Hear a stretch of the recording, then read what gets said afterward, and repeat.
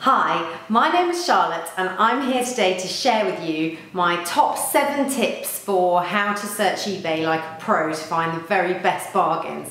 Now, why am I so well qualified for this? I run All Fur Coat and No Knickers, which is a blog all about how to look super stylish on a tiny budget. So I wear a lot of pre-loved clothes and I source a lot of them from eBay, and I've been buying things on there since 2005 and I am a bit of an addict. So I think I have a fair few techniques and little tools that could really help you cut through all the junk on eBay and find those golden nuggets, those hidden gems that you'll just love. So let's get on with it. Top tip number 1 is actually 2 techniques for eliminating all the toot from China, which you will get if you're searching generically for something like yellow dress, rather than, say, Ted Baker yellow dress. So I'm going to use the example of a pink-orange handbag, and the first technique is to search only used items, because obviously everything that comes from China is new. The search gives us 2,600 results. If you scroll down on the left-hand side to condition and look at used, then you'll find 90 results there. So that's hugely reduced it, made it much more manageable. But the second technique, obviously the flaw with this is that you're not getting all the used, you're not getting the new handbags that have been sitting in people's wardrobes, gathering dust, that are just waiting for a new lease of life. So the second technique I have is to search by brand. So if you, again on the left-hand menu, if you scroll down to brand, click into see all, then you'll get a big list of brands. Now you can quite laboriously go through all of these and click the ones that you're interested in, but I got very tired of that, and so I looked for a solution. Now, brilliant solution to this is that you can install an extension called Check Range. That is just here. I'm going to show you it.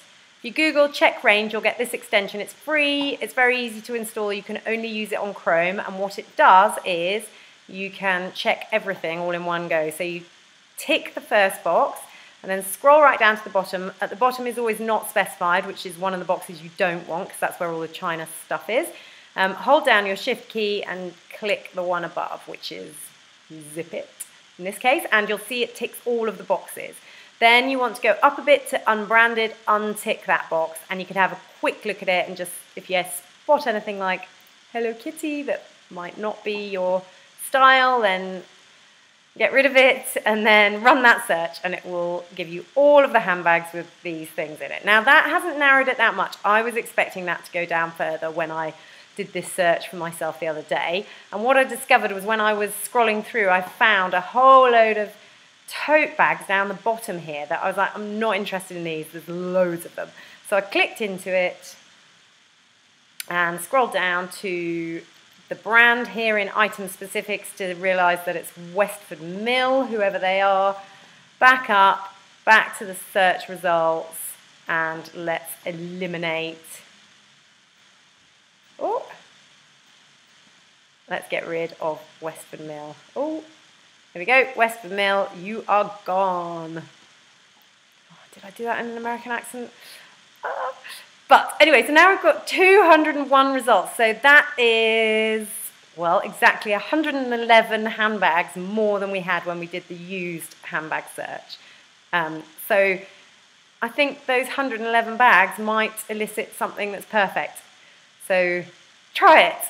On to point number 2, search all options. What I mean by this is that when somebody is selling something, there are numerous ways that they could choose to list it. And if you want to, I would suggest search the optimal search.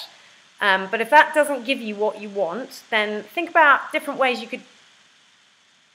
could search for it. So for instance, if you're searching for a bookcase, you should probably look under shelves and shelving as well, because that might be how somebody lists their bookcase. If you want a plum coat, then maybe you should think about also searching for maroon and burgundy and aubergine.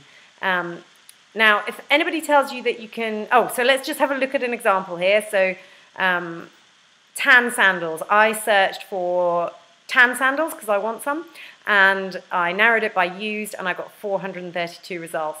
Didn't find what I wanted, so then I went to brown sandals and did the same thing, 1,700 results.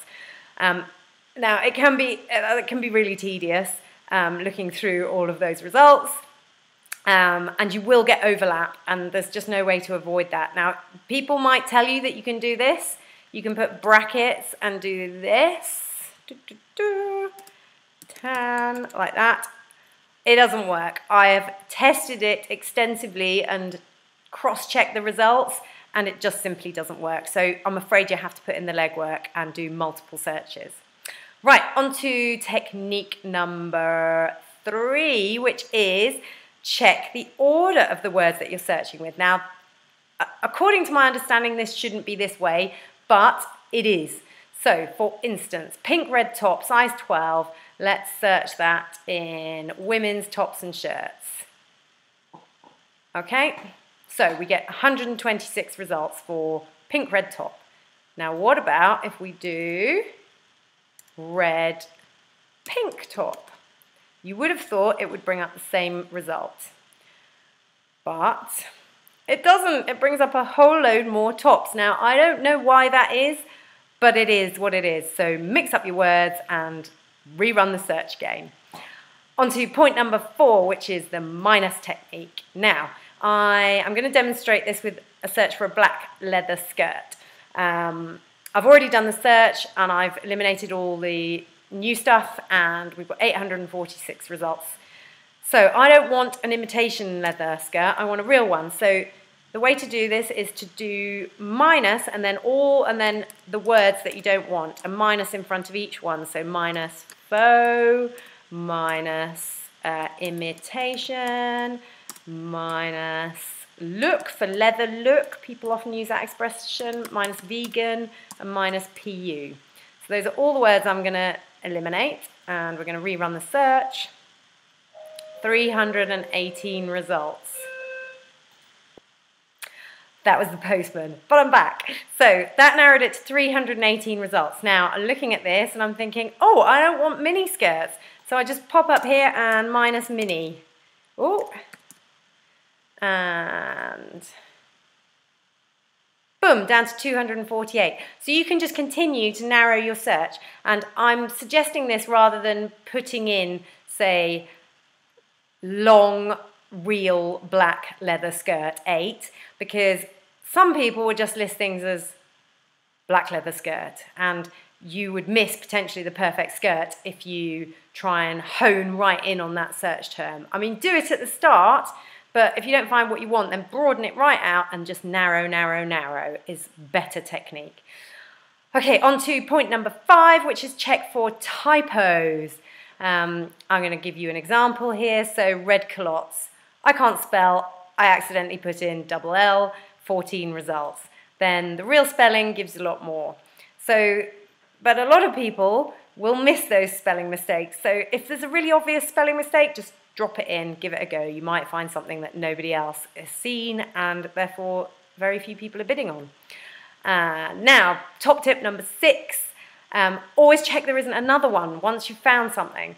So what do I mean by this? Like, I'll give you an example. I was searching for a leaf print dress the other day, and in the dresses category I stumbled across this little H&M play suit, but I just was like, oh, so cute, I would like that, but not for £20. So I immediately went and did a search, and oh look, just pop in H&M leaf play suit. Could also try palm play suit or green play suit, and look what I get. There's loads of them. One there, one there, one there, one there. So always check. Once you've found something you like, always just have a little squiz to see if you can find it elsewhere on eBay. And then my final thing is search by image. It's a bonus tip. I'm just going to check that my phone is linked in. Right, okay, so here we go. I'm going to go into, here we go. Here is my phone. Here it is as well. And I'm going to go into the eBay app. It's working. And I'm going to search by image. So I'm going to press this little image button. And you can either go in and search by previous photographs that you've taken, or you can just take a photograph there and then. So I'm going to take a photograph. So here I have my a handbag I bought from H&M the other day, actually. And as you'll see, it's searching for said handbag. Isn't that brilliant? And so you just get loads of options that look very similar. It's really, really effective and so easy to use. So think of all the different ways you could use it. You go out with a friend for lunch and you love her shoes, or even a stranger's shoes. Just ask them if you can take a photograph and then use it to search on eBay. Or you can do a screen grab. I'll show you that I was, if I do this again, and then I click into here, you can see that earlier I was searching for this Suzanne pair of sandals that I'm interested in, and it brought up a whole load of tan sandals for me to look at. Really, really clever. So that's it for today, folks. I hope you found it useful, and in conclusion, what I would say is at the start, take it broad. Search under all the terms that you can to find all of the options, and then narrow using either the minus technique or narrowing by brand or by condition. And then finally, if you found something you really like, go and check that it isn't somewhere else on eBay for a cheaper price. So, hope you've enjoyed this. Please leave me any feedback. I'd love suggestions for what else you'd like to hear me talking about, and any of your techniques that I might have missed out. So thanks very much for your time, and happy eBay bargain hunting.